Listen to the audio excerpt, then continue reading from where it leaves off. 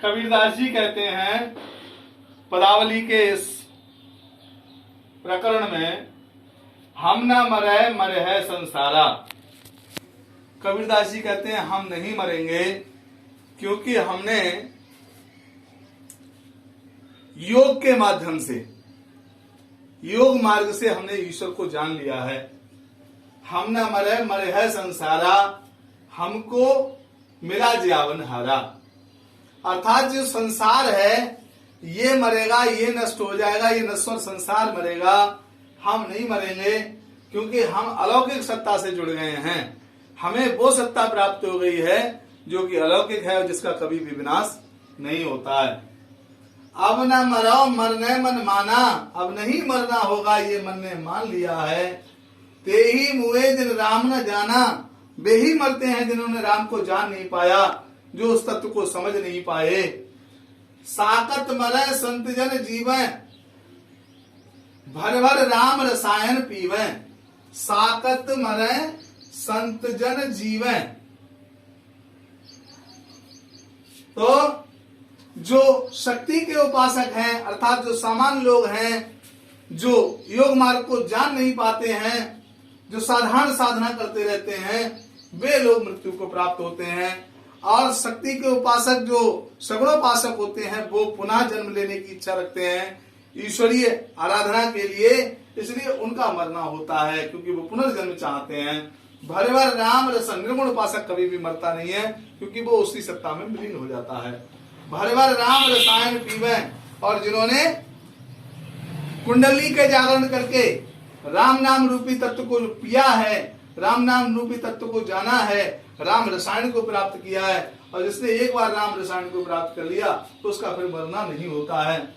हम ना मरे, हम हर मरे हैं तो हम मरे हैं। कबीरदास जी कहते हैं अगर ईश्वर मर जाएगा तो मैं भी मर जाऊंगा, और ईश्वर नहीं मरेगा तो मैं भी नहीं मरूंगा। हर ना मरे तो हम काहे को मरे हैं, अगर ईश्वर नहीं मरेंगे तो हम भी नहीं मरेंगे।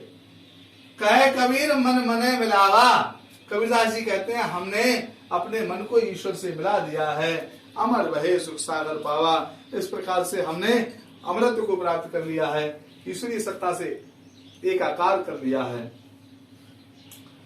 अगले पद में कहते हैं काहे री नलनी कुमलानी,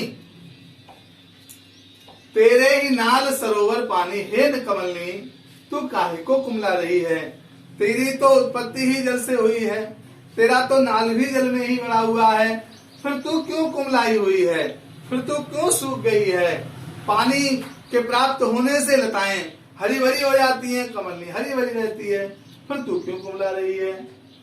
जल में उत्पत्त जल में वास, जल में नलनी तोर निवास, तेरी जल में ही उत्पत्ति हुई है, जल में ही तेरा निवास है, फिर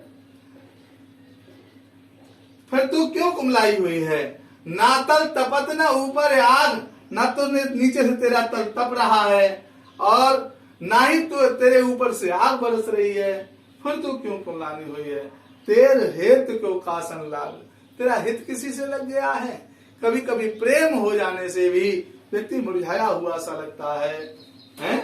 और तो उस जो मिलने की टीस होती है, जो विरह की वेदना होती है, वो कभी कभी मुरझाहट पैदा कर देती है। तो तोर हेतु को कासन लाग, इस प्रकार से कबीरदास जी ने जानना चाहा है। कहे कबीर जे उदिक समान, ते नहीं मुए हमारे जान। जो ईश्वर के समान हो जाते हैं, जो जल के समान है, जल के समान है ईश्वर, निर्गुण निराकार परब्रह्म परमात्मा तो जल के समान है, तो जो उस जल के समान ही हो जाते हैं वे कभी भी नहीं मरते। अर्थात ईश्वर के आकार में हो जाने के बाद उनको कभी भी, उनके प्राणों पर कभी कोई संकट नहीं आता है। ऐसा कबीरदास जी कहते हैं हमने ये जान लिया है, ये हमने मान लिया है। ते नहीं मुए हमारे जान, वे कभी नहीं मरते हैं, उनका कभी भी विनाश नहीं होता।